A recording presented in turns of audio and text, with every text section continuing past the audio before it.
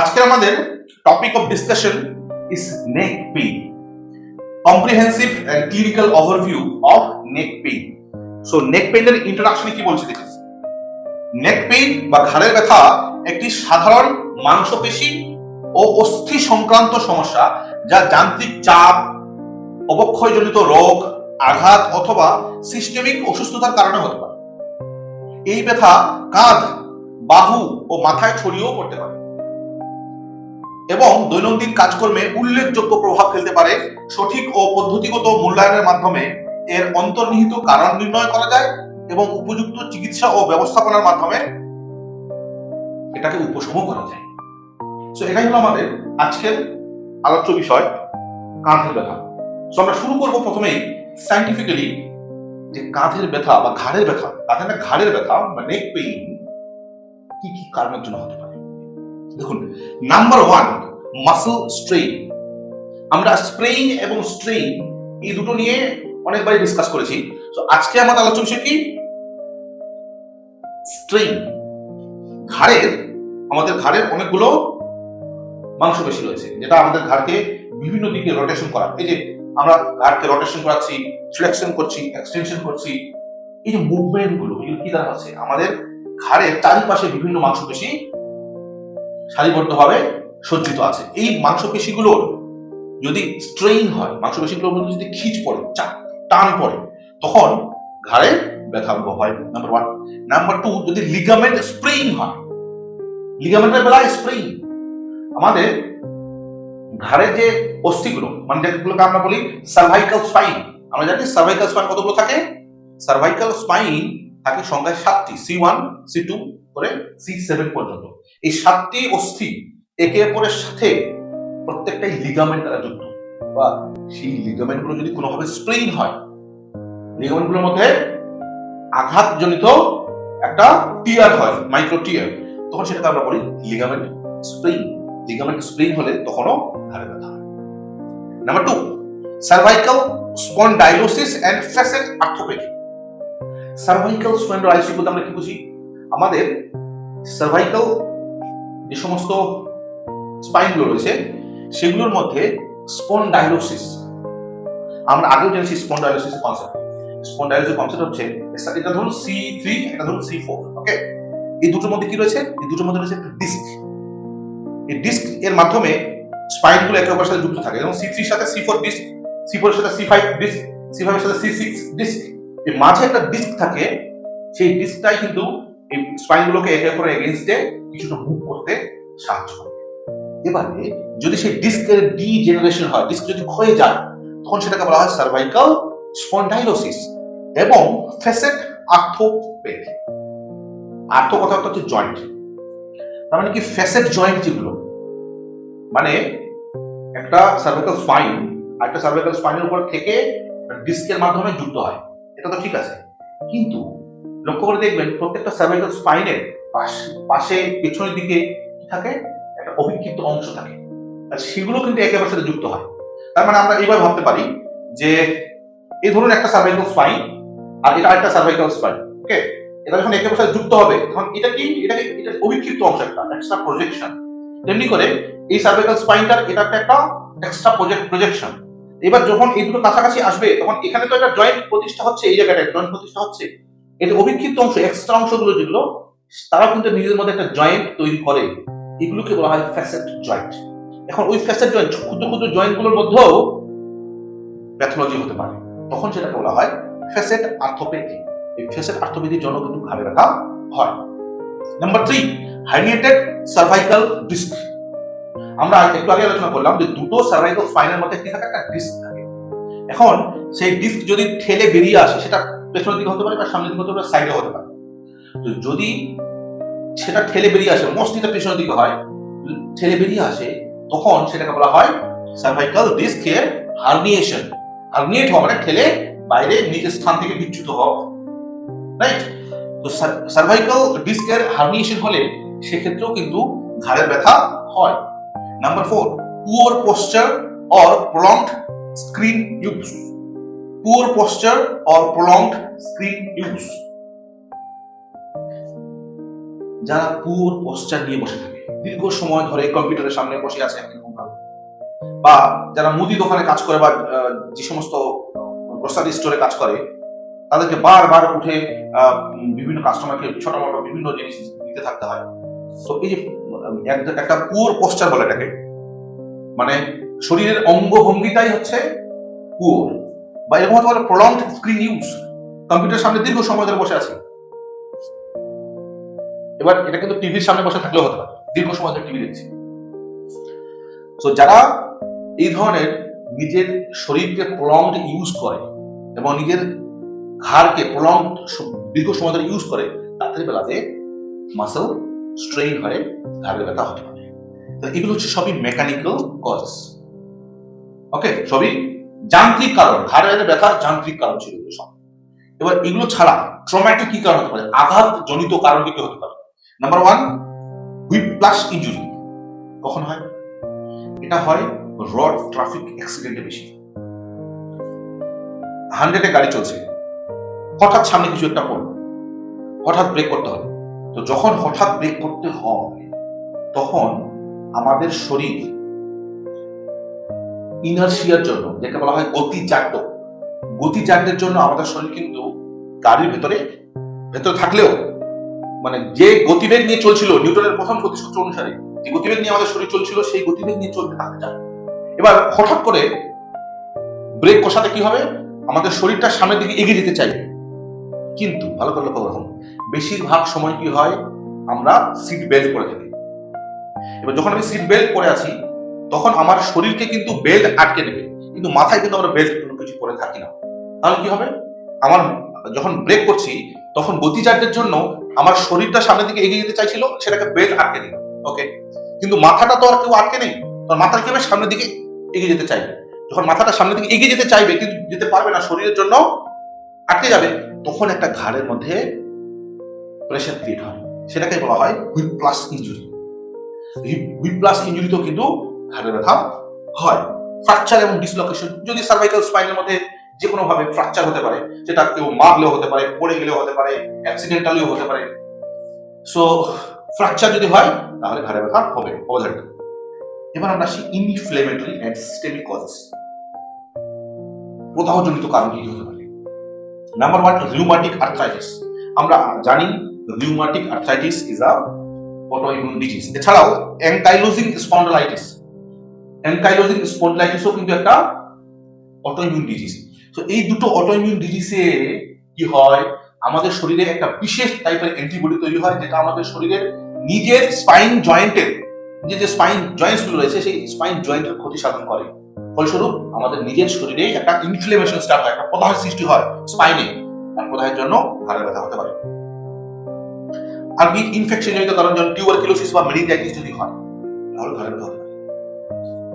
আমরা জানি টিউবারকুলোসিস এমন একটা ইনফেকশন যেটা বনেও পর্যন্ত হতে পারে, মানে হাড়ের ভেতরেও হতে পারে। তো স্পাইনে আমরা আগে লাম্বার স্পাইন যখন পড়েছিলাম সেখানে আমরা পড়েছিলাম টিউবারকুলোসিস কোন একটা স্থানে বাসা বাঁধতে পারে, তেমনি করে যেমন লাম্বার স্পাইনে পারে তেমনি করে সার্ভাইকাল স্পাইনও হতে পারে, যে আমাদের স্পাইনের মধ্যে কোনো একটা জায়গাতে টিউবারকুলোসিস বাসা বেঁধেছে আর তার জন্য সেখানে বোন বা অন্যান্য টিস্যু ডিস্ট্রাকশন হচ্ছে, তখন পেইন হবে। আর এটা তো হতে পারে মেনিনজাইটিস। আমাদের ব্রেইন এবং স্পাইনাল কর্ড এর চাইলে একটা পাতলা মেমব্রেন থাকে, যেটাকে বলা হয় মেনিনজেস। মেনিনজেসের মধ্যে কোনোভাবে ইনফেকশন যদি হয়, সেটা ভাইরাল হতে পারে, ব্যাকটেরিয়াল হতে পারে, ফাঙ্গাল হতে পারে, ইভেন কি টিউবারকুলোসিসের জন্য হতে পারে। তো যে কোনো কারণের জন্য হোক না কেন, যদি মেনিনজেসের কর্ডটার মধ্যে ইনফেকশন হয় তখন সেখান থেকে মেনিনজাইটিস স্টার্ট হয়, আর মেনিনজাইটিস হলে তখন ঘাড়ে ব্যথা হয়। ওকে, এবার আমরা আসি রেফার পেইন। এতক্ষণ যেগুলো পড়ছিলাম এগুলো ব্যথাটার উৎস কিন্তু ঘাড়ের মধ্যেই। এবার আমরা কি পড়বো, ব্যথার উৎসটা অন্য কোন স্থানে কিন্তু তার ব্যথার অনুভূতিটা হবে ঘাড়ে। যেমন কার্ডিয়াক ইসকিমিয়া, হার্টের মধ্যে হার্টের করোনারি আর্টারি কোন এক জায়গায় ব্লক হলে যখন যেটা হয় সেটাকে আমরা বলি কি কার্ডিয়াক ইসকিমিয়া, বা আমরা খুব পাতি ভাষায় বলি heart attack. So heart attack হলে বা মায়োকার্ডিয়াল ইনফাকশন হলে তখন আমাদের হার্টে তীব্র ব্যথার উদ্ভব হয়, সেই ব্যথার কিছুটা অংশ রেফার হতে পারে ঘাড়ে। ওকে, মানে অ্যাকচুয়াল ব্যথার উৎস কিন্তু হার্টে, কিন্তু সেই ব্যথাটা রেফার হয়ে ঘাড়ে যেতে পারে। Number 2 oesophageal. আমাদের ইসোফেগাসের বা গ্রাসনালীর মধ্যে কিছু প্যাথোলজিতেও দেখা যায় যে পেইন ইসোফেগাস থেকে ঘাড়ের দিকে রেফার হচ্ছে। Number 3 shoulder pathology. Shoulder pathology যেমন আমাদের শোল্ডার জয়েন্ট, এই যে জয়েন্ট এই দুটোতে অনেক সময় হয় না ফ্রোজেন শোল্ডার বা রোটেটর কাফ ইনজুরি বা অস্টিওআর্থ্রাইটিসও হতে পারে। এই ধরনের যে কোনো তীব্র ঘাড়ে যদি শোল্ডার ব্যথা হয় সেই ব্যথাটা ঘাড়ের ব্যাপার হয়। অ্যাকচুয়ালি এই ধরনের ব্যথাগুলো কার্ডিয়াক ইসচিমিয়া বা ইসোফেজিয়াল কোনো প্যাথোলজি, ইসোফেগাইটিস হতে পারে, শোল্ডার প্যাথোলজি। তো এই ধরনের প্যাথোলজিতে অ্যাকচুয়াল ব্যথাগুলো হচ্ছে অন্য স্থানে, সেখান থেকে ব্যথাটা রেফার হয়ে ঘাড়ে যাচ্ছে, বলা হয় রেফার্ড পেইন। ওকে, সো আমরা খুব সংক্ষেপে জানলাম যে কি কি কারণের জন্য ঘাড়ে ব্যথা হতে পারে। সো আবার একবার রিভিশন করি। দেখুন, ঘাড়ের ব্যথা অনেকগুলো কারণের জন্য হতে পারে। সো নাম্বার 1 মাসল স্ট্রেন বা লিগামেন্টের স্প্রেন, মানে ঘাড়ের মাংসপেশি যদি খিঁচ লাগে তাহলে মাইক্রো টিয়ার হয়ে সেখান থেকে ব্যথা হতে পারে বা লিগামেন্ট টিয়ার হয়ে সেখান থেকে ব্যথা হতে পারে, নাম্বার 1। Number 2 cervical spondylosis. আমাদের সার্ভাইকাল যে বোনস গুলো রয়েছে, মানে সার্ভাইকাল স্পাইন বোন গুলোর মধ্যে যে ডিস্ক থাকে, সেই ডিস্ক যদি ক্ষয় হয় তার জন্য ব্যথা হতে পারে। Number 3 herniated cervical disk. Cervical spine গুলোর মধ্যে যে ডিস্ক থাকে সেই ডিস্ক অনেক সময় কি হয় পেছনের দিকে বা সাইডের দিকে সরে আসে বা হার্নিয়েটেড হয়ে যায়, ঠেলে বেরিয়ে আসে, তখন ঘাড়ে ব্যথা হতে পারে। নাম্বার 4 পোশ্চার, পুয়ার পোশ্চার এবং প্রলংড স্ক্রিন ইউজ, মানে আমাদের শরীরে যে বসে থাকার বা দাঁড়িয়ে থাকার যে অঙ্গভঙ্গি সেটা যদি স্বাভাবিক না হয় তখন ঘাড়ে ব্যথা হতে পারে। মানে দীর্ঘ সময় ধরে আমি কম্পিউটারের সামনে বসে আছি বা টিভির সামনে বসে আছি, বা যারা গ্রোসারিতে কাজ করে বা মুদি দোকানে কাজ করে দীর্ঘ সময় ধরে বিভিন্ন কাস্টমারকে বিভিন্ন মালপত্র সার্ভ করছে, সেখানে বারবার একই কাজ রিপিটেশন হওয়ার জন্য ব্যথা হতে পারে। নাম্বার বি থেকে এবার শুরু করছি, ট্রমাটিক কারণ কি? আঘাতজনিত কারণের মধ্যে রয়েছে হুইপ্লাশ ইনজুরি। যখন আমরা দ্রুত গতিতে গাড়ি চালাই এবং গাড়ি হঠাৎ করে ব্রেক করতে হয়, তখন আমাদের ঘাড়ে, মানে আমাদের মাথাটা সামনের দিকে এগিয়ে যাওয়ার জন্য, শরীর এগোতে পারছে না কিন্তু মাথাটা সামনের দিকে এগিয়ে যাওয়ার জন্য ঘাড়ের মধ্যে যে চাপ পড়ে তার জন্য ঘাড়ে ব্যথা হতে পারে, সেটাকে বলা হয় হুইপ্লাশ ইনজুরি। এবং ফ্র্যাকচার বা ডিসলোকেশন, যে কোনো কারণের জন্য হোক না কেন, সেটা চোট আঘাত লাগতে পারে, কেউ ঘাড়ে মারতে পারে, আমরা পড়ে যেতে পারি, অ্যাক্সিডেন্ট হতে পারে, যে কোনো কারণের জন্য যদি ঘাড়ের আমাদের যে স্পাইন রয়েছে, সার্ভাইকাল স্পাইন, তার যদি ফ্র্যাকচার হয় বা ডিসলোকেশন হয় তার জন্য ঘাড়ে ব্যথা হতে পারে। ইনফ্লেমেটরি কারণের মধ্যে কি করতে পারে? নাম্বার 1 রিউমাটয়েড আর্থ্রাইটিস বা অ্যাঙ্কাইলোজিং স্পন্ডিলাইটিস। রিউমাটয়েড আর্থ্রাইটিস এবং অ্যাঙ্কাইলোজিং স্পন্ডিলাইটিস এগুলো হচ্ছে অটোইমিউন ডিজিজ। মানে অ্যাকচুয়ালি এই রোগের উৎস আমাদের শরীরের ভেতরে, আমাদের শরীরে এমন একটা অ্যান্টিবডি সৃষ্টি হয় যেটা আমাদের শরীরের নিজের ক্ষতি করে। মানে আমাদের যে সার্ভাইকাল স্পাইনের মাঝে যে জয়েন্টস গুলো, সেই জয়েন্ট গুলোর মধ্যে ইনফ্লেমেশন বা প্রদাহ স্টার্ট করে, যার জন্য ঘাড়ের ব্যথা হয়। এরপর হতে পারে ইনফেকশন, যেমন টিউবারকুলোসিস বা মেনিনজাইটিস। টিউবারকুলোসিস আমরা জানি টিবি একটা জেডি ব্যাকটেরিয়া, সেটা সাধারণ অ্যান্টিবায়োটিক্সে তাকে কিল করা যায় না। তাতে কি হয়, সে যদি সার্ভাইকাল স্পাইনের কোনো একটা বোনসের মধ্যে বাসা বাঁধে, সেখানকার লোকাল টিস্যু এবং বোনস গুলোকে ক্ষতিগ্রস্ত করার জন্য ঘাড়ে ব্যথা হয়। মেনিনজাইটিস হতে পারে, আমরা জানি আমাদের ব্রেইন এবং স্পাইনাল কর্ড এর চারিদিকে একটা বিশেষ পর্দা বা মেমব্রেন থাকে, এই পর্দাকে বলা হয় মেনিনজেস। আর মেনিনজেসের মধ্যে যদি ভাইরাল ব্যাকটেরিয়াল বা ফাঙ্গাল ইনফেকশন হয়, সেখান থেকে মেনিনজাইটিস হতে পারে, এবং মেনিনজাইটিস হলে ঘাড়ে ব্যথা হবে। এবং দেখুন লাস্ট রেফার্ড পেইন।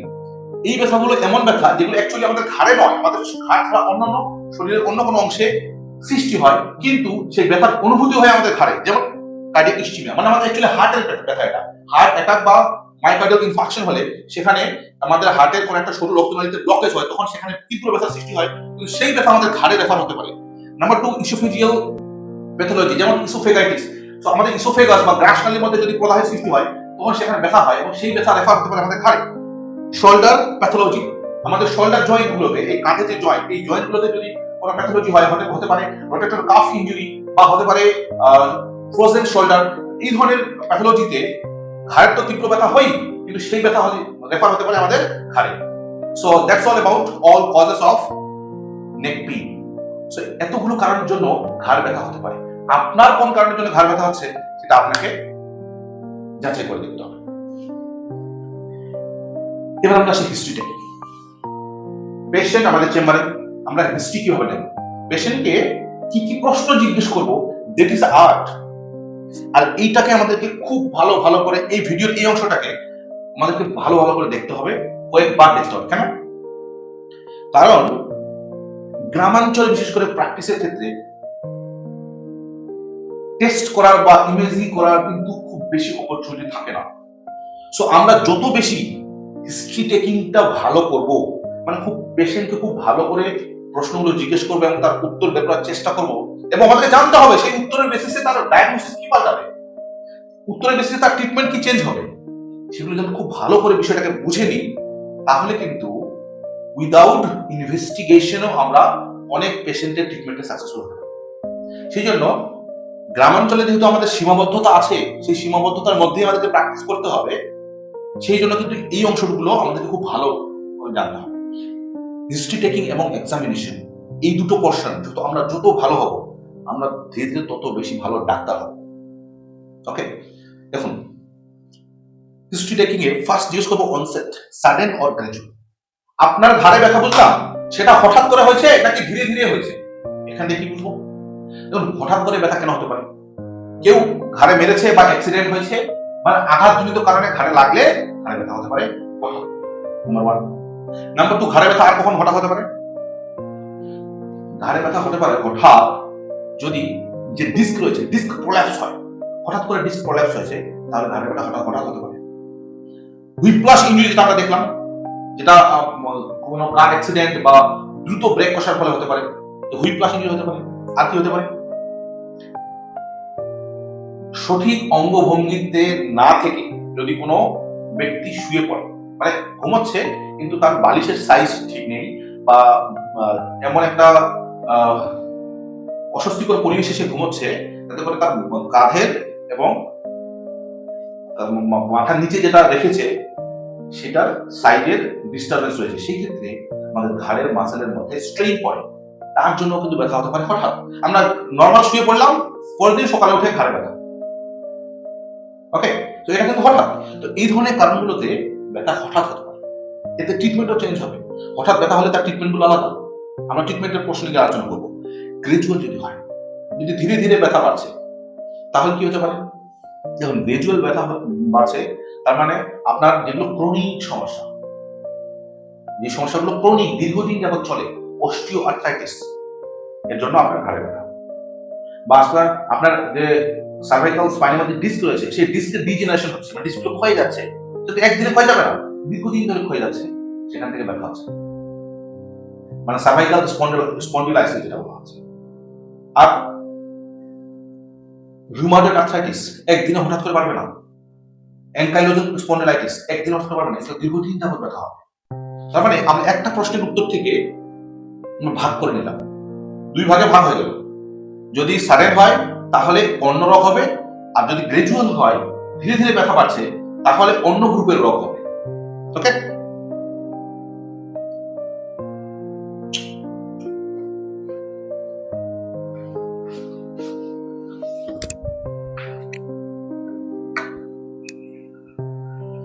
এক মিনিট।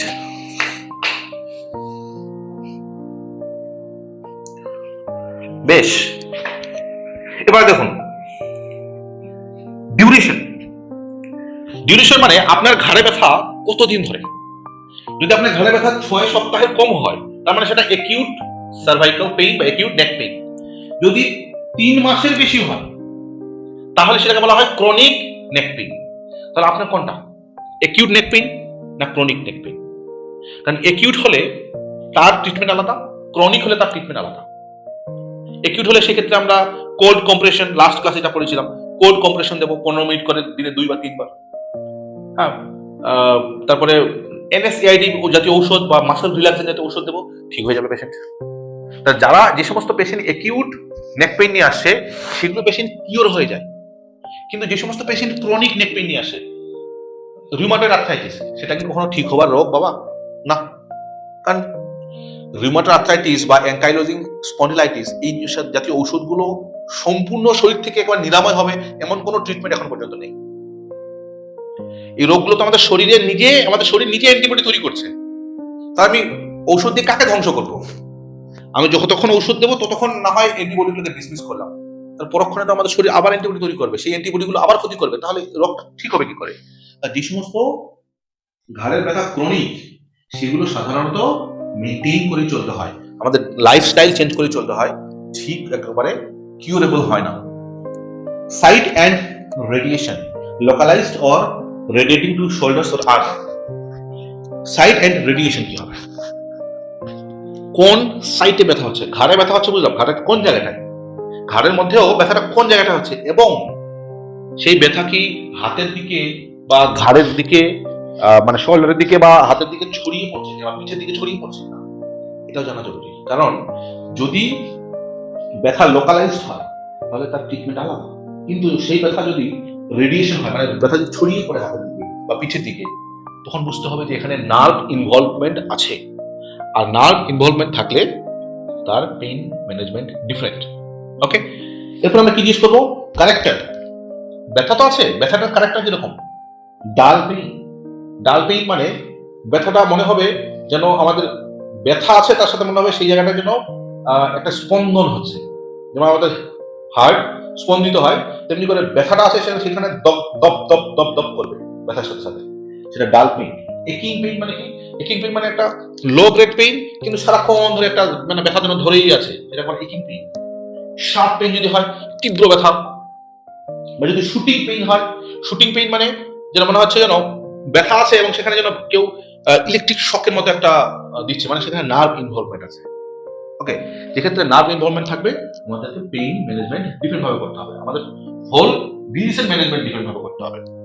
এগ্রিভেটিং এন্ড রিলিভিং ফ্যাক্টরস, কোন মাধ্যমে ব্যথা কমে যায় এবং কোন মাধ্যমে ব্যথা বৃদ্ধি পায়? এগ্রিভেটিং ফ্যাক্টর মানে ব্যথা বাড়ানোর উপায়, মুভমেন্ট। ধরুন আমার ঘাড় ব্যথা আছে এই জায়গাটায়, আপনার কি ঘাড় ঘোরালে ব্যথা বেড়ে যায়, বেশি মনে হয় বা কষ্ট মনে হয়? তাহলে সেখান থেকে আমরা একটা ডায়াগনোসিস আইডিয়া পাবো। যদি পোশ্চার আপনার যখন আমি ল্যাপটপের সামনে বসছি তখন আমার ঘাড় ব্যথা হচ্ছে, কিন্তু আমি যখন আমার শুয়ে পড়ছি বা অন্য কোনো কাজ করছি বা বসে থাকছি সোফায়, তখন কিন্তু আমার কোনো ব্যথা নেই। তার মানে কি? তার মানে হচ্ছে এটাই যে আমি যখন কোনো একটা জায়গায় কনসেন্ট্রেট করার চেষ্টা করছি তখন আমার ঘাড়ের মাসল গুলো কি হয়, একটা নির্দিষ্ট টোন মেনটেন করে সেই পোশ্চারটাকে মেনটেন করার চেষ্টা করে, তখন ব্যথা হচ্ছে। কিন্তু যখন রিল্যাক্স থাকছি তখন সেই মাসেল গুলো আর এক্সট্রা টোন পড়ছে না, এক্সট্রা চাপ পড়ছে না, ফলে ব্যথা হচ্ছে না। তার মানে কি, কোন পোশ্চারে আপনার ব্যথা হচ্ছে এবং কোন পোশ্চারে হচ্ছে না সেখান থেকে আমরা আইডিয়া পাই। রেস্ট, রেস্ট নিলে কি আপনার ব্যথা কমে যাচ্ছে? তার মানে কি মাসল স্ট্রেন আছে। যদি রেস্ট নিলে ব্যথা কমে যায় এবং কাজ করলে ব্যথা বেড়ে যায়, তার মানে কি মাসল স্ট্রেন আছে, আর রেস্ট নিলে যখন মাসল রিল্যাক্স হচ্ছে তখন ব্যথা নেই। তাহলে এই বিষয়গুলো থেকেও কিন্তু আমরা একটা আইডিয়া পাবো। আমরা জানবো অ্যাসোসিয়েটেড সিমটমস আর কি কি আছে। পেশেন্টকে জিজ্ঞেস করতে হবে ব্যথা আছে আপনার, ওকে, তার সাথে সাথে কি নামনেস আছে? নামনেস মানে অবশ্যতার কথাও, মানে আপনার ঘাড়ে ব্যথা আছে তার জন্য হাতগুলো কোনো একটা হাত অবশ হয়ে যাচ্ছে বলে, বা শরীরটা হাতটা দুর্বল হয়ে যাচ্ছে বলে মনে হচ্ছে, কোথাও টিংলিং হচ্ছে কি কনকনে ঝনঝনে ভাব, কোথাও কি ঘাড়ে ব্যথার জন্য কি মাথারও ব্যথা হচ্ছে, হেডেক হচ্ছে নাকি, ডিজিনেস আছে কিনা, মাথা ঘুরাচ্ছে নাকি? কারণ এগুলো থেকে আমাদের ডায়াগনোসিস চেঞ্জ হবে। যদি হেডেক হয় তাহলে বুঝতে হবে যে ঘাড়ের মাংসপেশি, ঘাড়ে ব্যথার জন্য যদি মাথা ব্যথা হয় তাহলে ঘাড়ের মাংসপেশি স্ট্রেন হয়ে আছে, তার জন্য ব্যথা হচ্ছে। যদি উইকনেস থাকে বা নার্ভনেস থাকে বা টিংলিং থাকে তাহলে বুঝতে হবে ঘাড়ের যে নার্ভ গুলো, সার্ভাইকাল নার্ভ গুলো কোথাও একটা কম্প্রেশন হচ্ছে, তার জন্য নার্ভনেস, টিংলিং বা উইকনেস হচ্ছে। যদি ডিজিনেস থাকে তাহলে বুঝতে হবে ঘাড়ের মাংসপেশির তো ব্যথা আছেই, তার সাথে সাথে ঘাড়ের যে সমস্ত রক্তনালী, সেই রক্তনালীগুলোর কোথাও একটা সমস্যা হচ্ছে, কম্প্রেশন হচ্ছে, যার জন্য ডিজিনেস হচ্ছে, মাথা ঘুরছে বলে মনে হবে। এরপর আমরা জিজ্ঞেস করবো পাস্ট হিস্ট্রি কি আছে। আপনার ঘাড়ে ব্যথা এখন বুঝলাম, এরকম তো হয়নি যে 15 দিন আগে আপনাকে ঘাড়ে কোথাও লেগেছিল, ব্যথা হয়েছিল, বা আপনার আর্থ্রাইটিস ছিল, আপনার আর্থ্রাইটিস ছিল, বা সিস্টেমিক ডিজিজ, অন্যান্য কোনো সিস্টেমিক ডিজিজ ছিল আপনার। ওকে, অকুপেশনাল এন্ড আর্গোনমিক হিস্ট্রি, আপনি কি কাজ করেন, কারণ এই কাজ কি ধরনের করে মানুষ, কাজের অঙ্গভঙ্গিটাও কিন্তু ব্যথার কারণ হতে পারে। যারা দীর্ঘ সময় ধরে ল্যাপটপ নিয়ে বসে থাকে তাদের ঘাড় ব্যথা হওয়ার সম্ভাবনা বেশি। যারা বিভিন্ন অফিসে কাজ করে তাদের ঘাড় ব্যথা হওয়ার সম্ভাবনা বেশি। কিন্তু যে সমস্ত ডাক্তাররা শুধুমাত্র সারাদিন বসে বসে প্রেসক্রিপশন লেখেন তাদেরও ঘাড় ব্যথা হওয়ার সম্ভাবনা বেশি। কিন্তু যারা গুড ডক্টর, তার মানে কারা, যারা পেশেন্ট দেখে আবার পেশেন্টকে এক্সামিন করে আবার প্রেসক্রিপশন লেখে, তারা হলে গুড ডক্টর, তাদের ঘাড় ব্যথা হবে না। কেন? কারণ আমরা পেশেন্ট দেখছি, পেশেন্টের সাথে কথাবার্তা বলছি, তখন অন্যরকম অঙ্গভঙ্গিতে, আমরা পেশেন্টের হিস্ট্রি নিচ্ছি তখন অন্যরকম অঙ্গভঙ্গিতে, পেশেন্টকে এক্সামিন করছি এক্সামিনেশন টেবিলে, তখন আমরা অন্য অঙ্গভঙ্গি থাকছি, আবার প্রেসক্রিপশন লিখছি শেষে। তার মানে কি আমাদের এই যে বডির বিভিন্ন পোস্টার চেঞ্জ হচ্ছে, এতে করে কি হবে, মানে আমাদের সমস্ত রকম মাসেলস ইউজ হয়। একটাই মাসেলকে যদি বারবার পুনরায় ইউজ করা হয়, তখন সেটার স্ট্রেইন হওয়ার সম্ভাবনা বেশি, এখানে ব্যথা হওয়ার সম্ভাবনা বেশি। কিন্তু যারা গুড ডক্টর তারা সবকিছু করে, ফলস্বরূপ কি হবে, ব্যথা হবে না। এই শুধু প্রেসক্রিপশন লিখলে হবে না, প্রেসক্রিপশনের সাথে সাথে পেশেন্টকে এক্সামিনেশন করা জানতে হবে, এবং সেটা অবশ্যই সাইন্টিফিক ওয়েতে। আর কি জানতে হবে, আর্গোনমিক হিস্ট্রি। আর্গোনমিক হিস্ট্রি মানে আপনি কোথায় কাজ করেন সেটা আপনার অকুপেশনাল হিস্ট্রি, বুঝলাম, কিন্তু আপনি যেখানে কাজ করেন সেখানে আপনার কর্মস্থলে আপনি কিসে বসেন, আপনাকে বসে কাজ করতে হয় না দাঁড়িয়ে কাজ করতে হয়, নাকি শুয়ে কাজ করতে হয়।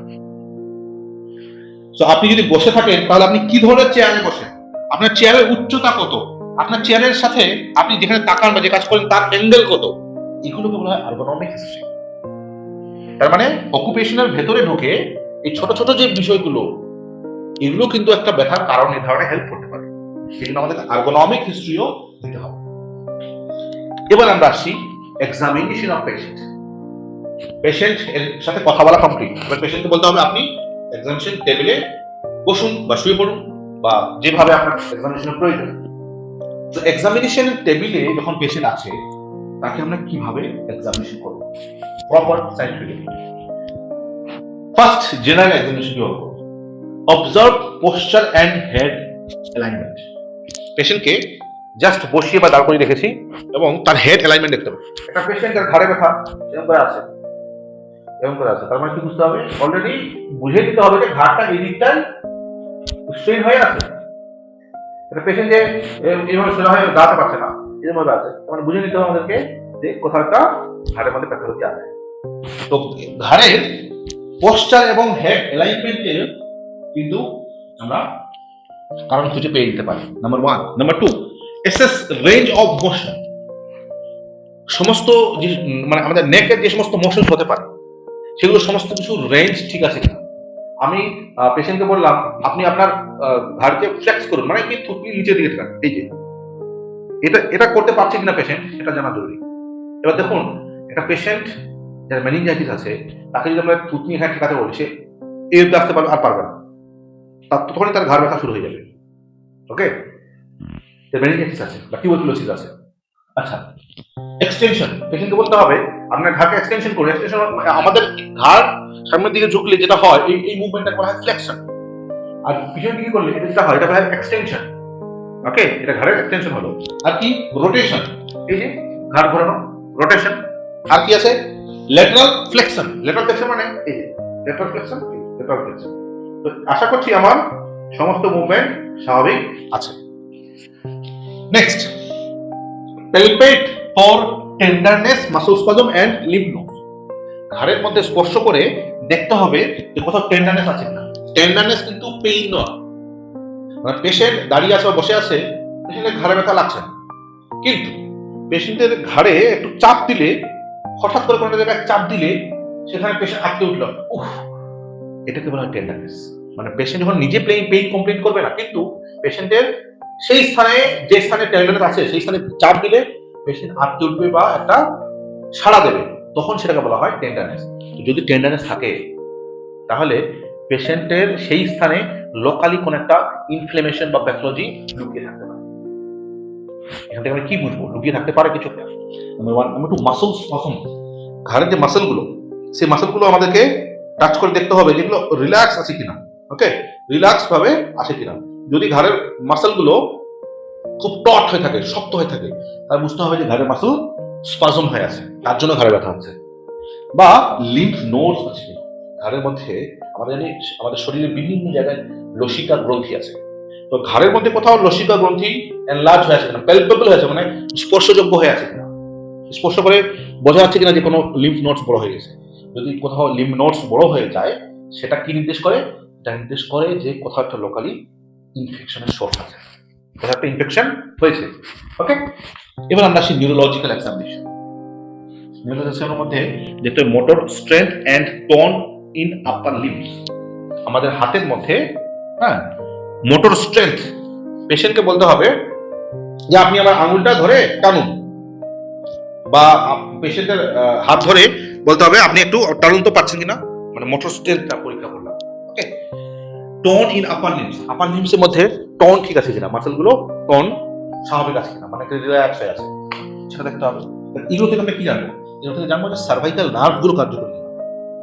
আমাদের হাতের যে মাংসপেশিগুলো কে সাপ্লাই দিচ্ছে? সার্ভাইকাল নার্ভ গুলো তো দিচ্ছে, C1 থেকে C7। এই মাসেল গুলো যদি কার্যকরী থাকে তাহলে বুঝতে হবে যে নার্ভ গুলো কার্যকরী আছে। Okay, sensory testing for dermatological distribution. তো এখানে যে চিত্র আমি দিয়েছি, এই চিত্র থেকে মানে আমাদের শরীরের কোন অংশ থেকে বা কোন স্থান থেকে সেন্সেশন কোন নার্ভের মাধ্যমে দিয়ে ব্রেইনে যায় সেটা দেখানো যাচ্ছে। তো এটা থেকে আমরা বুঝতে হবে যে কোন স্থানে সেন্সেশন সব জায়গায় ঠিক আছে কিনা। ওকে, আচ্ছা, ডিপ টেন্ডন রিফ্লেক্স। আমাদের বাইসেপস এবং ট্রাইসেপস হচ্ছে আমাদের আপার লিম্বস এর মূল দুটো মাসল, বাইসেপস এবং পেছন দিকে ট্রাইসেপস। তো এই বাইসেপস এবং ট্রাইসেপসের যে টেন্ডন, সেই টেন্ডন গুলোর ডিপ ডিপ টেন্ডন রিফ্লেক্সেস ঠিক আছে কিনা। মানে ধরুন এই যে বাইসেপসের মাসলের এই যে টেন্ডনটা এইখানে এসে শেষ হয়। এবারে আমাদেরকে কি করতে হবে? একটু হেমার পাওয়া যায়, ঠিক আছে? সেই হেমার দিয়ে এই টেন্ডনের মধ্যে যদি আমরা একটা মৃদু আঘাত করি তাহলে কি হবে? হঠাৎ করে জাগ হবে, এটা আমরা টেন্ডন রিফ্লেক্স। আমি এটা আমাদের বাইসেপসের মাসল, এখানে টেন্ডন, এই টেন্ডন এই যদি আমরা এখানে একটা আঘাত করতে পারি হেমার দিয়ে, হঠাৎ করে এইভাবে জাতীয় একটা মুভমেন্ট হবে, এটাকে বলা হয় বাইসেপস এবং ট্রাইসেপসের টেন্ডন রিফ্লেক্স। এটা কিভাবে করতে হয় পারফর্ম, সেটা পেশেন্ট থাকলে ভালো বেটার আমরা দেখাতে পারতাম, কিন্তু পুরো ভিডিও কিন্তু আমরা নর্মালি পেয়ে যাবো। আপনারা ইউটিউবে সার্চ করবেন যে biceps tendon reflex video, triceps tendon reflex video, কিভাবে করতে হয়, মানে এক্সামিনেশন কিভাবে করবো, কোন জায়গাতে ওই হেমার দিয়ে আমরা কোন জায়গাতে টাচ করলে এই রিফ্লেক্সটা বেস্ট করা যাবে। এবার আমরা আসছি স্পার্লিং টেস্ট ফর সার্ভাইকাল রেডিকুলোপ্যাথি। এটা আমরা জানতে চাচ্ছি, স্পার্লিং টেস্ট করতে যাচ্ছি আমাদের যে সমস্ত সার্ভাইকাল নার্ভ C1 থেকে C7, এই সার্ভাইকাল নার্ভ গুলোর গোড়ায় কোনো কম্প্রেশন নেই তো, সেটা জানার জন্য আমরা যেটা করবো সেটাকে বলা হয় এই টেস্টটা, স্পার্লিং টেস্ট। স্পার্লিং টেস্টে কি করতে হয় ভালো করে শুনুন। স্পার্লিং টেস্টে প্রথমে পেশেন্টকে বসিয়ে দিলাম, পেশেন্টের পেছনে আমাদেরকে যেতে হবে। পেশেন্ট বসে থাকবে, আমরা পেশেন্টের পেছনে দাঁড়িয়ে থাকবো ডক্টরস। প্রথমে পেশেন্টের যে ঘাড় সেটাকে এক্সটেনশন করতে হবে। এক্সটেনশন করলে মানে পেছন দিকে ঝুঁকে নিলাম, তারপরে ঘাড়টাকে একটু সাইডে করে দিতে হবে, করে নিলাম, মানে এই অবস্থা থাকবে পেশেন্ট। এবার আমাদের কি করতে হবে? আমাদের দুই হাত দিয়ে এইভাবে পেশেন্টকে এইভাবে ঘাড়ের মধ্যে মানে মাথার মধ্যে চাপ দিতে হবে, তাতে পেশেন্ট কিরকম রেসপন্স দিচ্ছে। যদি পেশেন্টের সেই ক্ষেত্রে মানে এই যে দেখুন এখানে ঘাড়টা ঝুঁকিয়ে এবং পেছনের দিকে হাইলিয়ে এখান থেকে চাপ দিচ্ছে মাথা দিয়ে এক্সিয়াল প্রেসার দিতে হবে, মানে মাথাটা চাপটা দিতে হবে যেন এইদিকে চাপটা ডাইরেকশন এইদিকে হয়, এইদিকে দেওয়া যাবে না, কিন্তু আমাকে এক্সিয়াল প্রেসার দিতে হবে। এক্সিয়াল প্রেসার দিলে যদি পেশেন্টের ঘাড়ে ব্যথা অনুভব হয় তীব্র, স্পার্লিং টেস্ট তার মানে পজিটিভ, সেক্ষেত্রে আমরা বুঝবো যে সার্ভাইকাল রেডিকুলোপ্যাথি আছে, মানে সার্ভাইকাল নার্ভগুলোর গোড়ায় কোথাও একটা কম্প্রেশন আছে। ওকে, আচ্ছা, আরেকটা হচ্ছে Lhermitte's sign for cervical cord involvement. এটা কি টেস্ট? এটা হচ্ছে এরকম, এটা সিম্পল টেস্ট, এটা আমরা নিজেরাও করতে পারি বা ডক্টরস আপনার টেস্ট করতে পারে। মানে পেশেন্টের আপনি সামনে থেকে বা পেছন থেকে ঘাড়ে হাত দিয়ে একটু ঝুঁকোতে বললেন বা পেশেন্ট নিজে ঝুঁকলো, যদি পেশেন্ট সামনের দিকে ঝুঁকতে পেশেন্টের ঘাড়ে এবং পিঠের দিকে তীব্র ইলেকট্রিক শকের মতো পেইন মনে হয়, মনে হচ্ছে কেউ ইলেকট্রিক শক দিল, হঠাৎ করে তীব্র ব্যথা মনে হয়, তার মানে লারমাইটস সাইন পজিটিভ। এটা কি নির্দেশ করে? এটা নির্দেশ করে যে আপনার সার্ভাইকাল কর্ড, মানে আমাদের স্পাইনাল কর্ডের যেটা সার্ভাইকাল অংশ, সার্ভাইকাল কর্ডের যে নার্ভ ফাইবার্স সেগুলোর মধ্যে কোনো একটা গন্ডগোল আছে, মানে আপনার স্পাইনাল কর্ডের মধ্যে গন্ডগোল আছে, তার জন্য লারমাইটস সাইন পজিটিভ দেখাবে। Okay, so this are the neurological examination. এবার আমরা আসি সিস্টেমিক এক্সামিনেশন। আমরা থাইরয়েড গ্ল্যান্ড চেক করবো, কারণ এই যে আমাদের গলার মধ্যেই থাকে সামনের দিকে থাইরয়েড গ্ল্যান্ড যদি এনলার্জ হয়ে যায় বা থাইরয়েড গ্ল্যান্ডের প্যাথোলজি হয়, তার জন্য ব্যথা ঘাড়ে হতে পারে, number 1। Number 2, lymph nodes, cervical lymph nodes আছে এখানে বিভিন্ন গ্রুপের। এই সার্ভাইকাল লিম্ফ নোডস গুলো একটু পেছন থেকে করতে হয়, অ্যাকচুয়ালি পেছন থেকে এভাবে হাত দিয়ে সার্ভাইকাল লিম্ফ নোডস গুলো পরীক্ষা করতে হয়। এটাও আপনার রিভিউ পাবেন, সার্ভাইকাল লিম্ফ নোডস এক্সামিনেশন করে সার্চ করবেন। তো সার্ভাইকাল লিম্ফ নোডস যদি আমরা এক্সামিনেশন করি এবং সার্ভাইকাল লিম্ফ নোডস প্যালপেবল খুঁজে পাই যে বড় একটা সার্ভাইকাল লিম্ফ নোডস খুলে আছে, তার মানে আমাদের সাসপেক্ট করতে হবে যে গলার আশপাশে কোথাও একটা ইনফেকশন বা মেলিগনেন্সির সোর্স আছে। হয় সার্ভাইকাল লিম্ফ নোডস কখন বেড়ে যায়, হয় ইনফেকশনে অথবা মেলিগনেন্সিতে, মোস্টলি এই দুটো কেসেই বাড়ে। তো সেখানে আমরা সার্ভাইকাল লিম্ফ নোডস খুঁজে পেলে দ্রুত সেটাকে আমরা ইনভেস্টিগেট করবো। ওকে, and temporomandibular joint assessment.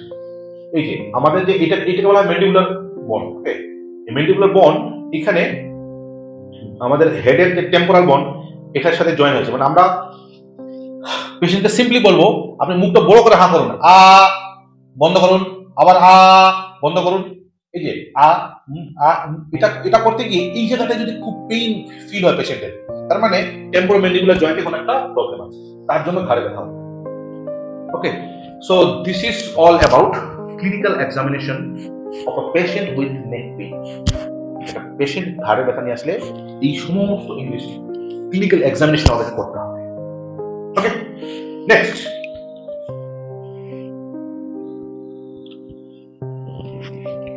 Pathophysiology.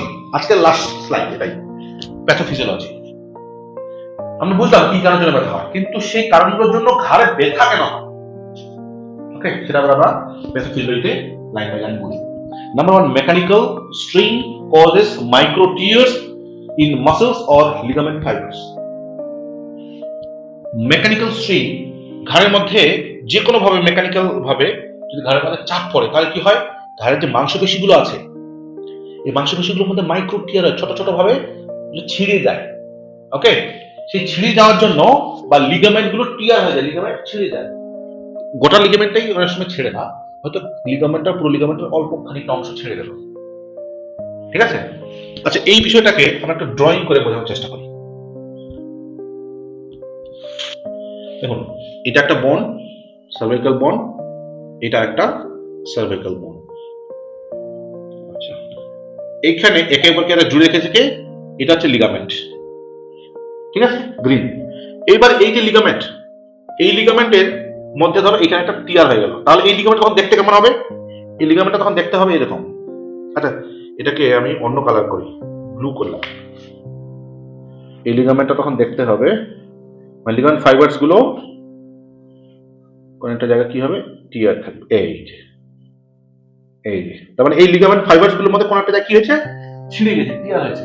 তাহলে এখানে কি হবে, যখন আমাদের যে কোনো জায়গায় অসুস্থতার সৃষ্টি হলে সেই জায়গাটা কি হয়, ইনফ্লেমেশন স্টার্ট হয়। এখানে যদি ইনফ্লেমেশন স্টার্ট হয় তাহলে এটা ঘাড়েই, তাই না, ঘাড়েই হচ্ছে বোনস গুলো মাঝে লিগামেন্ট থাকে, মাঝে না, বোনস গুলোকে একেবারে সাথে জুড়ে রাখে হচ্ছে লিগামেন্ট। এই লিগামেন্ট যদি টিয়ার হয় তাহলে কি ঘাড়ে ব্যথা হবে। এই জন্য বলা হচ্ছে মেকানিক্যাল যে কোনো স্ট্রেইন হলে সেখানে আমাদের মাসলস অথবা লিগামেন্টের মাইক্রো টিয়ার হয় এবং সেখানে ইনফ্লেমেশন স্টার্ট হয়, ইনফ্লেমেশন হলে তার জন্য ব্যথা হয়। সিম্পল ব্যাখ্যা করো। নাম্বার 1। নাম্বার 2 আর কি হয়, degenerative disc disease leads to disc dehydration, loss of height and osteophytes formation. ভালো করে বুঝুন, এই যে দেখুন এখানে, ওকে,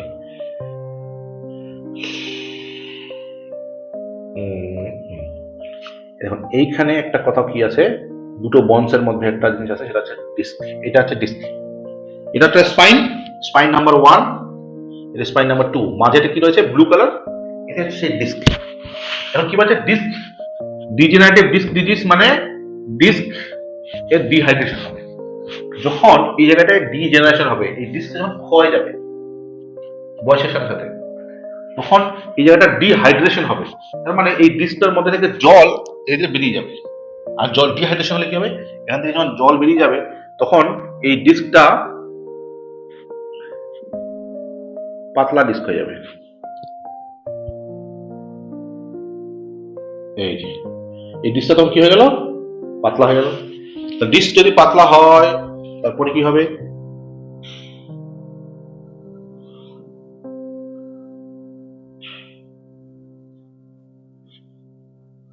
তার মানে কি আমরা কি দেখতে পাচ্ছি, এই যে হাইট কমে যাচ্ছে, নাকি না, আগের তুলনায় হাইট কমে যাবে। তো এখানে অ্যাকচুয়াল এই বন্সের মধ্যে কোনো 1 এবং 2 এই বন্সের মধ্যে কোনো পরিবর্তন হয় না, মাঝে যে ডিস্কটা রয়েছে সেই ডিস্কটা ক্ষয়ে গিয়ে সেখান থেকে যে জল থাকে সেই জলটা কিছুটা বেরিয়ে যাবে, জল বেরিয়ে গেলে এর হাইট কমে যাবে এবং হাইট কমে গেলে দুটো বোনস একে অপরের কাছাকাছি চলে আসবে, ঠিক আছে? আর দুটো বোন একে অপরের কাছাকাছি চলে আসার ফলে তার পাশাপাশি কি হবে, অস্টিওফাইটস ফর্মেশন হবে। অস্টিওফাইটস মানে হচ্ছে এই বোনস গুলোর এই যে কোণগুলো নকিলা হয়ে যাবে, কোণগুলো ধারালো হয়ে যাবে, এই যে দেখুন এগুলো অস্টিওফাইটস। এই যে যেমন এরকম ভাবে অস্টিওফাইটস ফর্মেশন হবে। এইগুলোর জন্য আবার ঘাড় ব্যথা হবে, কারণ এই অস্টিওফাইটস গুলো মাসেলের উপরে তাদের মানে রিলিভেন্ট মাসেলস আছে, মাসেলের উপর চাপ সৃষ্টি করবে, নার্ভের উপর চাপ সৃষ্টি করবে, ব্যথা হবে। এবার হচ্ছে nerve root compression for herniated disc causes radiculopathy. Nerve root compression কিভাবে হয় দেখো, এখান থেকে একটা নার্ভ এদিকে বেরোবে, একটা নার্ভ এদিক দিয়ে বেরোবে। এবারে মনে করো এই যে ডিস্কটা আছে, এই ডিস্কটা যদি এদিক দিয়ে ঠেলে এভাবে বেরিয়ে যায় তাহলে কি হবে, তাহলে এই যে ঠেলে বেরোলো এই ডিস্কটা তখন ওই নার্ভটাকে চাপ দেবে না, দেবে। নার্ভটাকে চাপ দেয় তাহলে ব্যথা হবে। আর আমরা কি জানি, নার্ভের উপর যখন চাপ পড়ে তখন সেইখানে মায়োলিন শিরে চাপ পড়ার জন্য অক্সিজেন ডেলিভারি কম হয়। অক্সিজেন ডেলিভারি যখন কম হবে তখন সেখানে ল্যাকটিক অ্যাসিডোসিস হবে। ল্যাকটিক অ্যাসিডোসিস হলে সেখানে ল্যাকটিক অ্যাসিডের জন্য নার্ভ সেন্সেশন হবে, ব্যথা হবে। Okay, next, inflammatory arthropathy leads to synovitis, fibrosis and reduced mobility. যদি জয়েন্টে ইনফ্লেমেটরি আর্থ্রোপ্যাথি মানে হচ্ছে ইনফ্লেমেশন মানে প্রদাহ, আর্থ্রোপ্যাথি মানে জয়েন্টের প্রদাহ, তাহলে জয়েন্টে প্রদাহের জন্য যে প্যাথোলজি হয় সেটা বলা হচ্ছে ইনফ্লেমেটরি আর্থ্রোপ্যাথি। তার জন্য কি হবে, সাইনোভাইটিস হবে, এবং ফাইব্রোসিস হবে, আর রিডিউস মোবিলিটি হবে। খুবই সহজ। দেখুন দুটো বোনস, এটা একটা বোনস আর এটা একটা বোনস, যদি সাইনোভিয়াল জয়েন্ট হয় তাহলে এই দুটো বোনসের মাঝখানে না একটা তরল পূর্ণ থলি থাকে। এখন এটা একটা জয়েন্ট, এই জয়েন্টের মধ্যে যদি ইনফ্লেমেশন হয়, জয়েন্টটা যদি কোনোভাবে ইনফ্লেমড হয় তাহলে কি হবে, এই পুরো জয়েন্টের মধ্যে যে মাঝখানে যে তরল পূর্ণ থলিটা আছে, এই তরল পূর্ণ থলিটার মধ্যেও কিন্তু ইনফ্লেমেশন স্টার্ট হয়ে যাবে। এটা যদি ইনফ্লেমেশন হয়, যে কোনো জায়গায় ইনফ্লেমেশন হলে সেখানে ব্যথা হবে, এবং এই জয়েন্টের মধ্যে ব্যথা হবে। আর কি হবে, ফাইব্রোসিস হবে। ফাইব্রোসিস হবে মানে দেখুন এইখানে মানে এই দুটো বন্ডসকে একে অপরকে যুক্ত রাখে লিগামেন্ট, এবং এই লিগামেন্ট গুলো একে অপর এগেইনস্টে মুভ হতে দেয়। মানে একটা বন্ডসকে আর একটা বন্ডসের সাথে যদি একে অপরের এগেইনস্টে মুভ না হতে পারে, নড়তে চড়তে যদি না দেয় তাহলে তো খুব মুশকিল। আমি যে দেখুন আমি দাঁড়িয়ে আছি তো, এই ঘাড়ে দিয়ে ঘোরাচ্ছি, এই ঘোরাচ্ছি, তার মানে কি আমার যে সার্ভাইকাল বন্ডস গুলো একে অপরের এগেইনস্টে একটু রোটেশন হচ্ছে, তাই জন্য আমি ঘাড়টাকে এদিক থেকে এই দিকে ঘোরাতে পারছি। কিন্তু যদি আমার সার্ভাইকাল বোনস গুলো একে অপরের সাথে একদম টাইটলি যুক্ত থাকে তাহলে তো আমি এদিকে তাকিয়ে আছি, এদিকে থাকবো, না যদি ঘুরতে পারবো না দিকে ঘুরতে পারবো, তাই না? যেটা অ্যান্টাইলোজিং স্পন্ডিলাইটিস হয়, সেটাই কথা বলা হয়েছে যে এই জয়েন্ট গুলো মাঝখানে তরলপূর্ণ থলি থাকে বলে এই বোনস গুলো একে অপরের এগেইনস্টে একটু করে ঘুরতে পারে। কিন্তু যদি এখানে ইনফ্লেমেশন হয় এবং ইনফ্লেমেশনের পরে কি করলো, যা সব হারিয়ে ফেললাম। ওকে, তো যদি ইনফ্লেমেশন হয় এবং ইনফ্লেমেশনের সেই জয়েন্ট গুলো ক্ষতিগ্রস্ত হয়, তারপরে আমাদের শরীর কি করে সেই জয়েন্ট গুলোকে মেরামতি করার চেষ্টা করে। এবার মেরামতি করার দরকার একটা নরম পদার্থ দিয়ে, সেটা দিয়ে না হয় যদি শক্ত পদার্থ দিয়ে মেরামতি হয়। এবার দেখুন আমার এই কি বলবো, খুব সহজ এক্সাম্পল দিয়ে বোঝাই। এই আমি সোয়েটার পরেছি, তো আমার সোয়েটারের ভেতরে, সোয়েটারটা কি একটা ফেব্রিকের নরম বস্তু বলে আমি আমার এই এলবোকে ফ্লেক্স করতে পারছি, আমার এলবো জয়েন্টটাকে মুভ করাতে পারছি। কিন্তু এখান থেকে এই পর্যন্ত যদি আমরা প্লাস্টার অফ প্যারিসে যদি যেটা হাড় ভেঙে গেলে আমরা লাগাই না প্লাস্টার অফ প্যারিসের কভারিং, সেটা যদি আমি এখান থেকে এই পর্যন্ত করে দিই, এটা যখন শুকিয়ে যাবে, শক্ত হয়ে যাবে, তখন কি আমি আর আমার হ্যান্ড ফ্লেক্স করতে পারবো না? এটার সাথে প্রায় সমতুল্য। যখন একটা জয়েন্ট এর মধ্যে ইনফ্লেমেশন হয় তখন সেই জয়েন্টটা ইনফ্লেমেশন হওয়ার আগে ইজিলি সেই জয়েন্টটা মুভ করতে পারি, যে আঙুলের এই যে জয়েন্টগুলো মুভ করতে পারছি। কিন্তু এখানে যদি ইনফ্লেমেশন হয়, ইনফ্লেমেশনের পরে যখন এটা ঠিক হবে, মানে আবার এটা যখন মেরামতি হবে, মেরামতির সময় এটা সিমেন্ট জাতীয় পদার্থ দ্বারা একদম রিপ্লেস হয়ে যায়, এবং সেটা কি হয়, শক্ত হয়ে যায়। তো শক্ত হয়ে গেলে কি হয়, তখন এটা মুভ করানো যায় না, মানে এই আঙুল সোজাই থাকবে, এটা এইভাবে ফ্লেক্স হবে না। এরকম ভাবে প্রত্যেকটা জয়েন্ট যদি আমাদের হয়ে যায় খুবই মুশকিল, তাই না? এবং last, poor poster increase the mechanical stress on cervical muscles. আমরা আমাদের যে বসে থাকার বা শুয়ে থাকার বা দাঁড়িয়ে থাকার অঙ্গভঙ্গি, সেটা যদি পুয়ার হয়, সেটা যদি সঠিক না হয়, তাহলে সেটাও কিন্তু আমাদের ঘাড়ের মাংসপেশির উপরে চাপ সৃষ্টি করে এবং তার জন্য ব্যথা হতে পারে। ঘাড়ের ব্যথা হলে তার ট্রিটমেন্ট কি রয়েছে? দেখুন, ঘাড়ের ব্যথাকে আমরা দুটো গ্রুপে ভাগ করতে পারি। একটা ঘাড়ের ব্যথা অ্যাকিউট, যেগুলো অল্প সময়ের জন্য এবং অল্প সময়ের মধ্যে ডেভেলপ করেছে। এই ধরনের ঘাড়ের ব্যথাগুলো সাধারণত কিছু এক্সারসাইজ, কিছু যেমন ঘাড়ের মধ্যে গরম সেঁক দেয়া, কিছু ঔষধ খাওয়া, এর মাধ্যমে মানে কনজারভেটিভ ম্যানেজমেন্টের মাধ্যমে ঠিক হয়ে যায়। আবার কিছু কিছু ঘাড়ের ব্যথা আছে, যদি সেটা অস্টিও আর্থ্রাইটিসের জন্য হয়, বা যদি সেটা রিউমাটয়েড আর্থ্রাইটিসের জন্য হয়, বা অ্যাঙ্কাইলোজিং স্পন্ডিলাইটিসের জন্য হয়, তাহলে কিন্তু সেটা ক্রনিক হবে, দীর্ঘদিন যাবত আপনাকে ভোগাবে। সেটা কিন্তু একেবারেই সেরে ওঠার ব্যথা নয়। তো যেটাই হোক না কেন, আমরা কি কি চিকিৎসা দিতে পারি, আমাদের কাছে কি কি চিকিৎসা রয়েছে ঘাড়ের ব্যথার জন্য, সেগুলো আমরা আজকে এই স্লাইডের মাধ্যমে ডিসকাস করব। নাম্বার 1, কনজারভেটিভ ম্যানেজমেন্টের মধ্যে রয়েছে রেস্ট অ্যান্ড নেক সাপোর্ট। ঘাড়কে যথেষ্ট পরিমাণ রেস্ট দেওয়া। দীর্ঘ সময় ধরে কম্পিউটারে বসে কাজ করছি, এটা কিন্তু ঘাড় রেস্ট পাচ্ছে না। হ্যাঁ, আমি বসে কাজ করছি ঠিকই, কিন্তু আমার ঘাড় কিন্তু কাজ করছে। আমি বসে থাকলেও ঘাড় কিন্তু সেখানে কাজ করে, তো ঘাড় সেখানে রেস্ট পায় না। তো ঘাড়কে রেস্ট দেওয়া দরকার আছে, এবং তার সাথে সাথে নেক সাপোর্ট দিতে হয়। আমরা অনেকে দেখি যে গলার মধ্যে একটা কলারের মতো কি যেন উঁচু এভাবে লাগিয়ে নিয়ে অনেকে ঘুরে বেড়ায়। কেন? আমরা সেটা বুঝে উঠতে পারি না। আসলে সেটা অ্যাকচুয়ালি ওনার ঘাড়ের বা সার্ভাইকাল স্পাইনের কোনো একটা কারণের জন্য ব্যথা হচ্ছিল, আর সেই ব্যথার ট্রিটমেন্ট হিসেবে নেক সাপোর্ট পাওয়ার প্রয়োজন পড়ে। নেক্সট, এনালজেসিক অ্যান্ড NSAID জাতীয় ঔষধ, বেদনা নাশক ঔষধ, যেমন আইবুপ্রোফেন, যেমন ইটোরিকক্সিব, ডাইক্লোফেনাক, এসিক্লোফেনাক। তো এই জাতীয় যে ঔষধগুলো, এগুলো প্রয়োগের ফলেও কিন্তু ঘাড়ের ব্যথা কমে যাবে। ওকে, তার সাথে সাথে অনেক সময় প্রয়োগ করার প্রয়োজন পড়ে মাসল রিল্যাক্সেন্ট, যেমন থায়োকলচিকোসাইড। ওকে, তো যদি ব্যথার মাত্রাটা অল্প পরিমাণ হয়, তাহলে আমরা শুধুমাত্র NSAID জাতীয় ওষুধ দেবো। কিন্তু যখন ব্যথার মাত্রা বেশি হবে এবং ঘাড়ের মধ্যে স্টিফনেস থাকবে, তখন আমরা NSAID এর সাথে মাসল রিল্যাক্সেন্ট অ্যাটাচড ঔষধ দেবো, যেরকম হাইফেনাক TH বা হাইফেনাক TH ম্যাক্স, বা ইটোভা এমআর, ইটোশাইন এমআর, বা জিরোল TH4 ম্যাক্স। তো এই জাতীয় ওষুধগুলো প্রয়োগ করলে কি হবে? ওষুধগুলো প্রয়োগ করলে আপনার ঘাড়ের ব্যথা কমবে এবং ঘাড়ের মধ্যে স্টিফনেস থাকবে সেটা কমে যাবে। ওকে, আর কি করতে পারি? ফিজিওথেরাপি।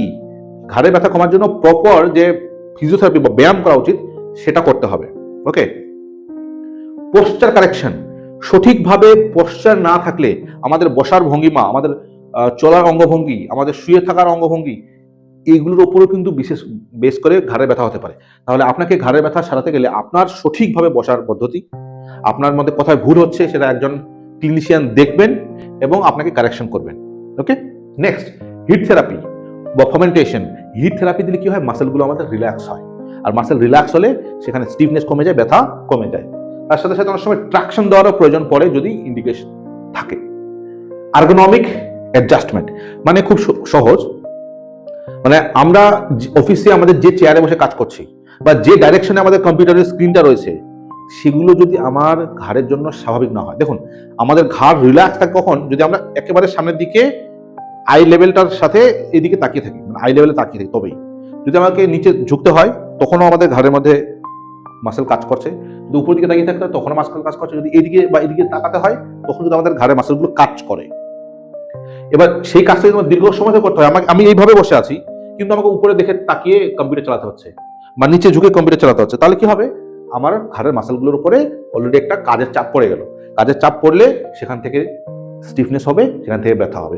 সেই জন্য আর্গোনমিক অ্যাডজাস্টমেন্ট মানে আপনার অফিসের চেয়ার আপনাকে ঠিক করতে হবে, আপনার অফিসের চেয়ার আপনাকে চেয়ার হাইট ঠিক করতে হবে, আপনার স্ক্রিনটার আপনাকে আই লেভেলে করতে হবে, আপনার স্ক্রিনটা যেন আপনার সম্মুখে থাকে, এই সাইডে বা এই সাইডে না থাকে, উপরে বা নিচের দিকে না থাকে। ওকে, তার সাথে সাথে অ্যাক্টিভিটি মডিফিকেশন। আপনি যে কাজ করছেন সেই কাজটা একটানা করে যাবেন না, সেই কাজের মাঝে একটু ব্রেক নিয়ে আপনি একটু হাঁটাচলা করলেন, আবার আপনি কিছু সময় পরে কাজ করলেন। বা একই অঙ্গভঙ্গিতে দীর্ঘ সময় ধরে কাজ না করে একটু সময় বসে করলেন, একটু সময় হাঁটাচলা করতে করতে করলেন, একটু সময় দাঁড়িয়ে করলেন। তাতে কি হবে? একটানা মাসলগুলোর উপরে চাপ পড়বে না, ব্যথা হবে না। এবার আমরা আসছি, যদি এই সমস্ত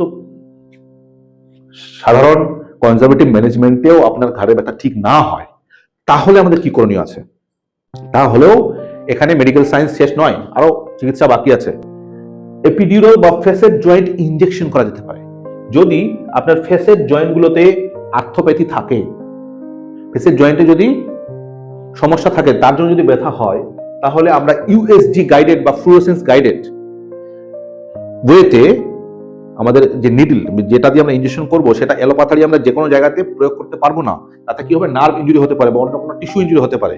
সেই জন্য আমাদের কি করতে হবে, ইউএসজি মেশিন ঘাড়ের মধ্যে বসিয়ে আমাদের সঠিকভাবে নিডিলের ডাইরেকশনটাকে ঠিক করে সঠিক জায়গাতে নিডিলের টিপটাকে নিয়ে গিয়ে সেখানে ইনজেকশনটা প্রয়োগ করতে হবে, যাতে করে সেটা ফ্যাসেট জয়েন্টেই প্রয়োগ হয়। তাহলে কি হবে, ফ্যাসেট জয়েন্টের ইনফ্লেমেশন কমে যাবে এবং ঘাড়ে ব্যথা কমে যাবে। আর কি করা যেতে পারে, ডাইসেক্টমি বা সার্ভাইকাল ফিউশন।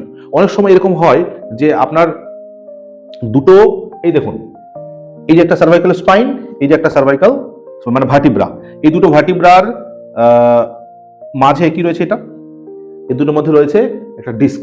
এই ডিস্কটা কি করে, এই দুটোর মধ্যে একটা জয়েন্ট সৃষ্টি করে। এখন এই ডিস্কটার পেছনের দিকে যদি এটা হার্নিয়েশন হয়, পেছনের দিকে ঠেলে বেরিয়ে আসে, তাহলে কি হবে, এই ইয়েলো কালার দেখতে পাচ্ছেন, এগুলো হচ্ছে নার্ভ রুটস। তাহলে এই রুটস গুলোর উপরে চাপ প্রয়োগ করে, আর রুটসের উপর চাপ প্রয়োগ করলে সেখান থেকে পেইন রেডিয়েশন হয়, সেখান থেকে টিংলিং হয়, নামনেস হয়, জ্বালা করে, বার্নিং সেন্সেশন হয়। এই সমস্ত সমস্যাগুলো সমাধান হবে কিভাবে, তাহলে এই যে ডিস্কটা পিছনের দিকে বেড়ে গিয়ে নার্ভের উপর চাপ সৃষ্টি করছে, সেই ডিস্কটা আমরা কি করব, সম্পূর্ণটাকে রিমুভ করে দেবো, কেটে বের করে নিয়ে আসবো।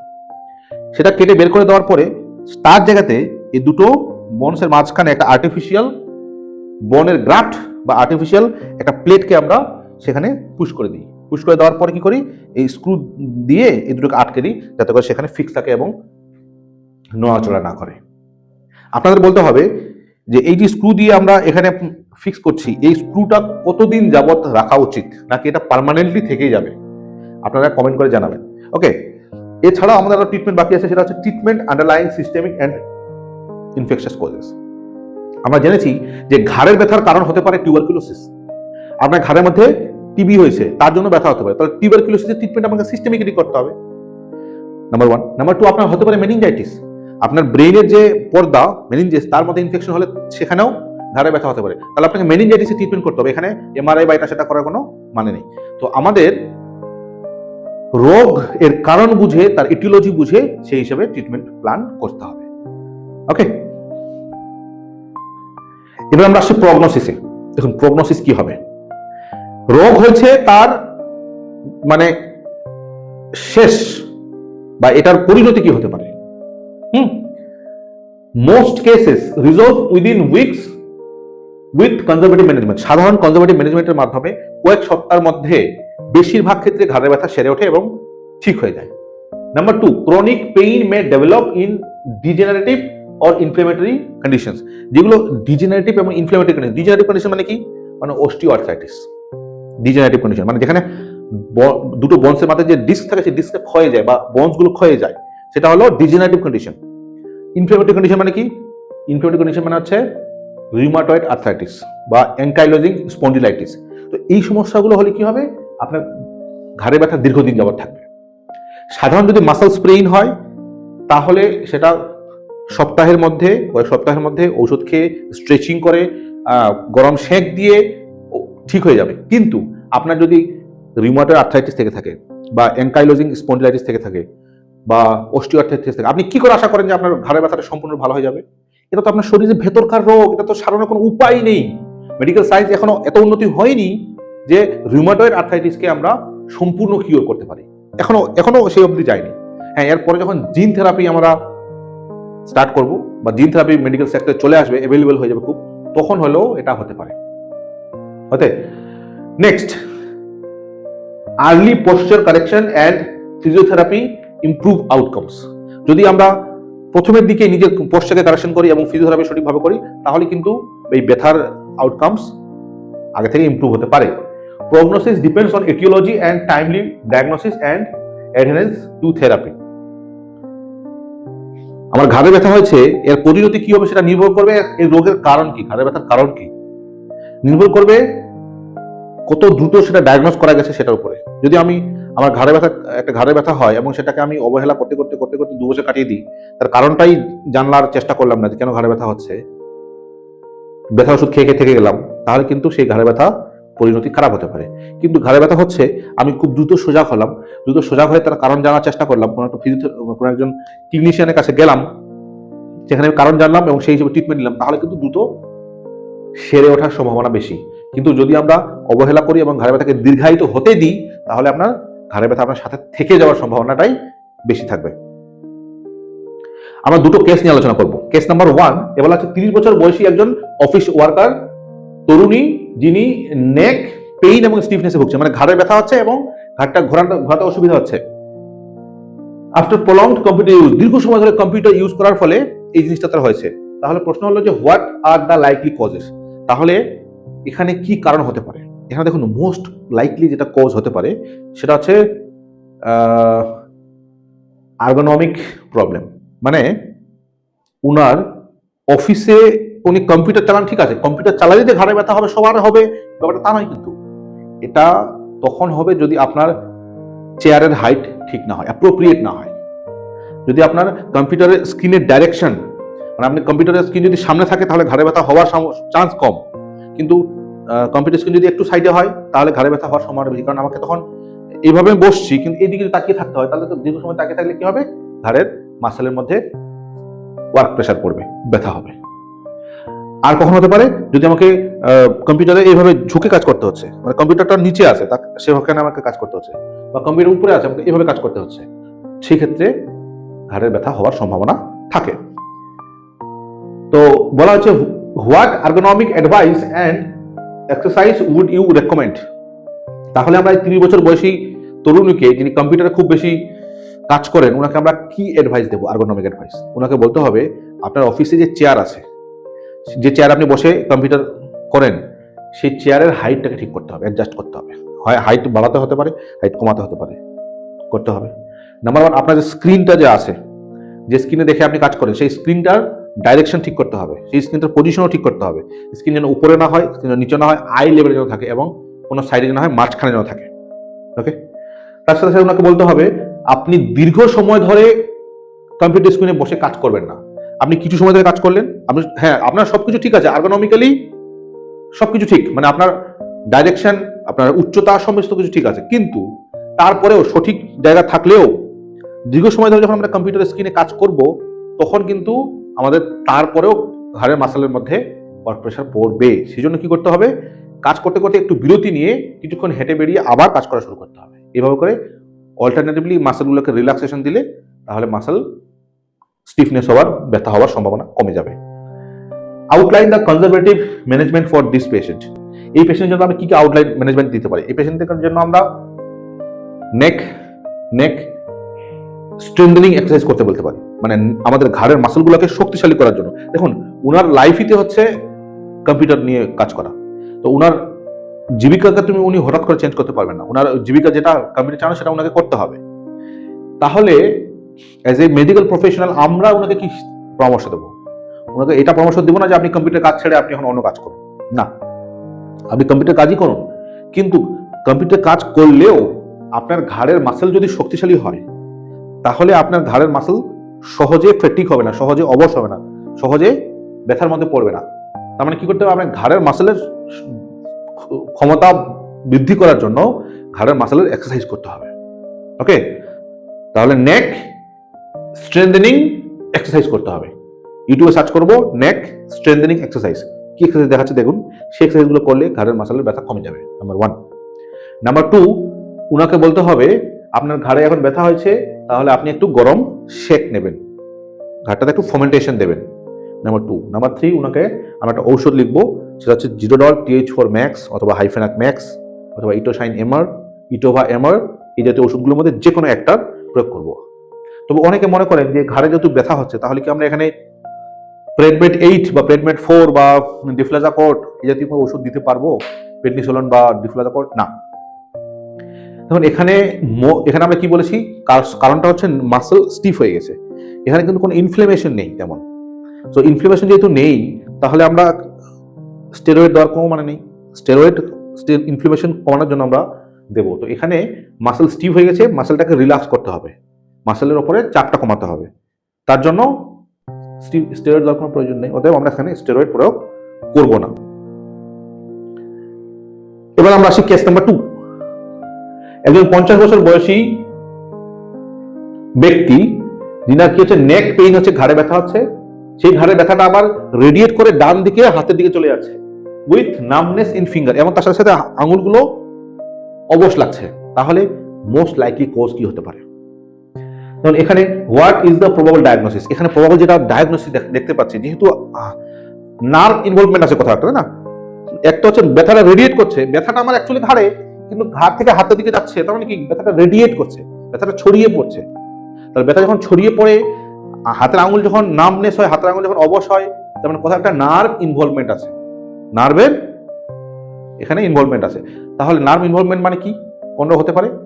এটাকে বলা হয় সার্ভাইকাল রেডিকিউলোপ্যাথি, মানে সার্ভাইকাল নার্ভগুলো যে ঘাট থেকে বেরিয়ে আসছে, সেই নার্ভগুলোর গোড়ায় কোথাও না কোথাও একটা চাপ পড়ছে, কম্প্রেশন হচ্ছে, তার জন্য এই সমস্যাগুলো হচ্ছে। Number 2, which clinical test and investigation will confirm it. তাহলে আপনার সার্ভাইকাল রেডিকিউলোপ্যাথি হচ্ছে, এটা কে কনফার্ম করবে? কোন টেস্ট করলে? আমরা এক্সরে করলে কি ধরা পড়বে? এক্সরে করলে আমরা এটা খুব বেশি জানতে পারবো না।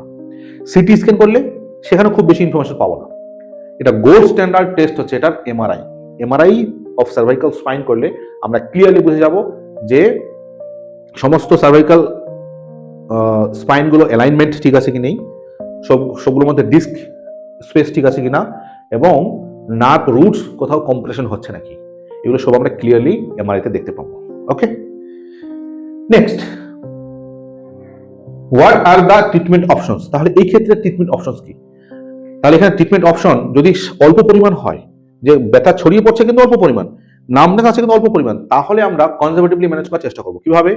আমরা একটা মাসল রিল্যাক্সেন্ট উইথ এনএসএআইডি দেবো, মানে যেগুলো কথা বললাম, ইটোবা এমআর বা ইটোসাইন এমআর, হাইফেনাক ম্যাক্স, হাইফেনাক টিএইচ ম্যাক্স, এই জাতীয় ওষুধ একটা প্রয়োগ করতে পারি, নাম্বার 1।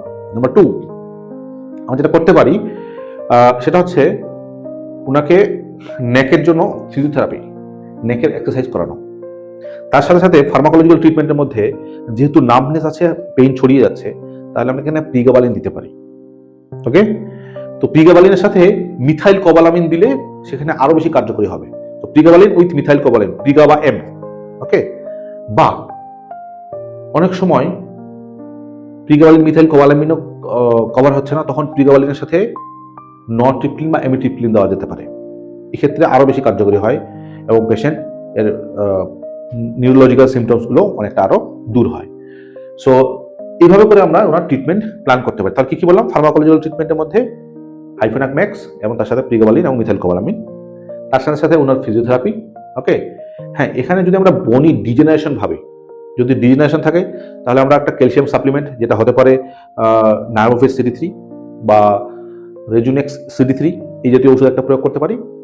এবং এখানে বিশেষভাবে মনে রাখবেন, স্টেরয়েডের কিন্তু কোনো ভূমিকা নেই। এখানে আমরা কিন্তু স্টেরয়েড দেবো না, কারণ এখানে ইনফ্লেমেশন হওয়ার সম্ভাবনা কিন্তু কম। এখানে নার্ভ রুটগুলো কম্প্রেশন হয়ে আছে, আমি ইনফ্লেমেশন স্টেরয়েড দিয়ে কি করবো? স্টেরয়েড তেমন কোনো ভূমিকা নেই। ওকে, যদি দেখা যায় যে নার্ভ রুট বেশি মাত্রায় কম্প্রেশন হয়ে আছে, এবং এতটাই কম্প্রেশন হয়ে যাচ্ছে যে এই যে ওষুধগুলো বলা হলো, এই ওষুধগুলো কার্যকরী হচ্ছে না, এই ওষুধগুলো দেওয়ার পরেও পেশেন্টের পেইন রেডিয়েট হচ্ছে, পেন বার্নিং সেশন হচ্ছে, টিংলিং হচ্ছে, তখন আমরা কি করবো? তখন আমরা যেতে হবে সার্জিক্যাল অপশনে। তার মানে নার্ভ রুট যে কম্প্রেশন হচ্ছে, সেই কম্প্রেশনটাকে ডিকম্প্রেশন সার্জারি করতে হবে। ডিকম্প্রেশন কিভাবে হবে? যে ডিস্কটা গিয়ে কম্প্রেশন দিচ্ছে, যে ডিস্কটা গিয়ে নার্ভগুলোকে চেপে ধরছে, সেই ডিস্কটা কেটে বের করে দেবো, তার জায়গায় একটা আর্টিফিশিয়াল ডিস্ক বসিয়ে দিয়ে স্ক্রু মেরে দিতে হবে, যেটাকে আমরা কি বলি? ডিসেক্টমি বা সার্ভাইকাল।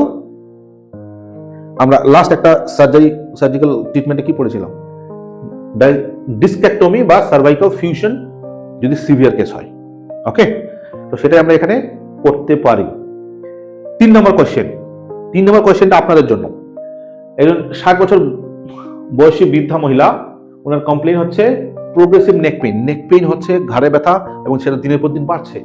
ঘাড়ের মধ্যে স্টিফনেস আছে, ঘাড় ঘোরানো যাচ্ছে না, উইকনেস আছে ইন বোথ হ্যান্ডস, দুটো হাতেই, দুটো আপার লিম্বেই উইকনেস, হাতগুলো যেন অবশ হয়ে আসে, শক্তি পাচ্ছি না। তাহলে what red flag sign are present? Question আপনাদের জন্য। What investigation will you order? এখানে আপনি কি ইনভেস্টিগেশন করার জন্য পেশেন্টকে বলবেন, এবং আউটলাইন দ্য ম্যানেজমেন্ট অ্যাপ্রোচ। তাহলে এখানে ম্যানেজমেন্ট অ্যাপ্রোচ কি হবে? এই 3টে প্রশ্নের উত্তর আপনারা কমেন্ট বক্সে জানাবেন যে আপনারা কি ট্রিটমেন্ট এখানে দেবেন।